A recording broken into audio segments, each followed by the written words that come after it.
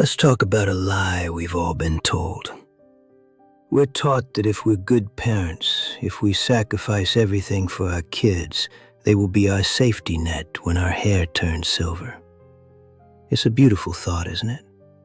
A warm, fuzzy insurance policy for the soul. But I'm 76, and I've seen the curtain pulled back. Your children love you, but they aren't your security. They have their own wars to fight. They have mortgages that suffocate them and children of their own who take every ounce of their energy. When you rely on them to be your only source of stability, you aren't being a loving parent, you're becoming an anchor. True security isn't found in someone else's house. It's found in the fortress you build within yourself. The moment you can't get out of your armchair without a hand to pull you up, your world shrinks. Your freedom ends where your frailty begins. I spent my 50s spending money on faster cars, but I should have been spending time on my muscles. In your 70s, health isn't about looking good. It's about the raw power to use the bathroom, cook a meal, and walk your own dog without calling for help. Physical autonomy is the ultimate luxury. If you lose the ability to move, you lose the ability to choose. Don't let your body become a prison because you were too busy to take care of the foundation.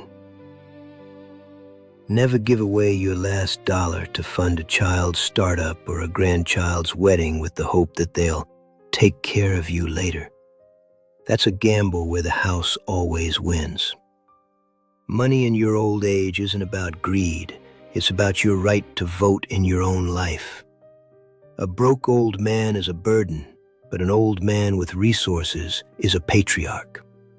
Having your own money means you never have to ask permission to turn up the heat or buy the good medicine. It's the difference between being a guest in someone's life and being the master of your own. The most dangerous sound in the world is a silent telephone. If your happiness depends on a call from your grandkids, you are a hostage to their schedule.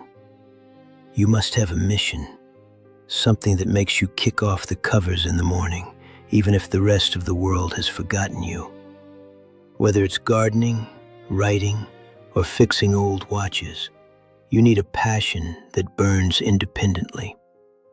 If you don't find a reason to exist outside of being a grandpa, your mind will start to dim. Psychological security means being your own best company. Your kids see you as a statue of a father.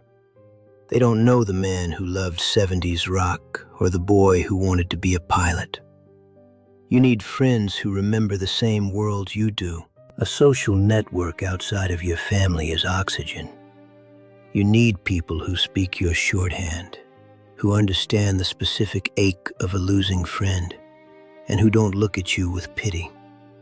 Security is knowing that if you fall, there's a peer who will catch you, or at least laugh with you while you're both on the floor. Don't let your social life die with your career. Dependency starts with the small things. Can you set up my phone? Can you order my groceries? Every time you ask for help with a basic task, you hand over a piece of your dignity. Learn the technology. Learn to cook a healthy meal for one. Be the person who provides for yourself. The less you need from people, the more they will want to be around you. Technological literacy isn't a hobby in your 70s. It's armor against isolation.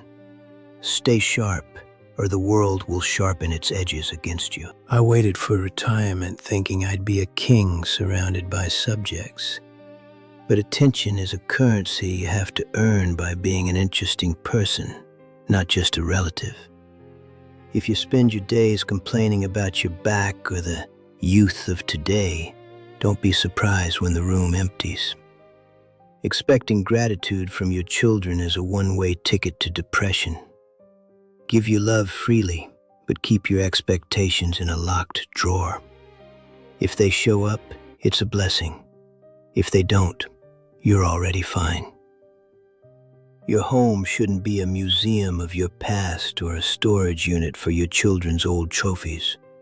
It should be your fortress. Make it comfortable for you. If you need a walk-in shower, build it. If you want a reading nook instead of a guest bed for people who visit once a year, do it. Your territory must work for your current reality, not a memory of a family that moved out 20 years ago. Selfishness in your living space is a form of survival. Surround yourself with peace, not clutter. Most men die the day they stop being useful. They lose their title, they lose their paycheck, and they think they've lost their value. But you aren't a tool to be used. You are a soul to be known. You have to find value in the fact that you are, not just what you do. If you only feel secure when you're providing or fixing, you will feel like a ghost when the world stops asking you for help. Reclaim your worth. Your wisdom is your new currency, but you have to be willing to spend it on yourself first. At 76, I'm learning the hardest lesson of all: how to be alone without being lonely. It's the final exam of a long life. If you build these 5 pillars, your health, your money, your passion, your friends, and your dignity, you won't be looking at the horizon with fear. You'll meet the sunset with a smile, not a reaching hand. True security isn't about having people around your bed. It's about being at peace with the man in the mirror. Build your fortress now, while you still have the strength to carry the stones.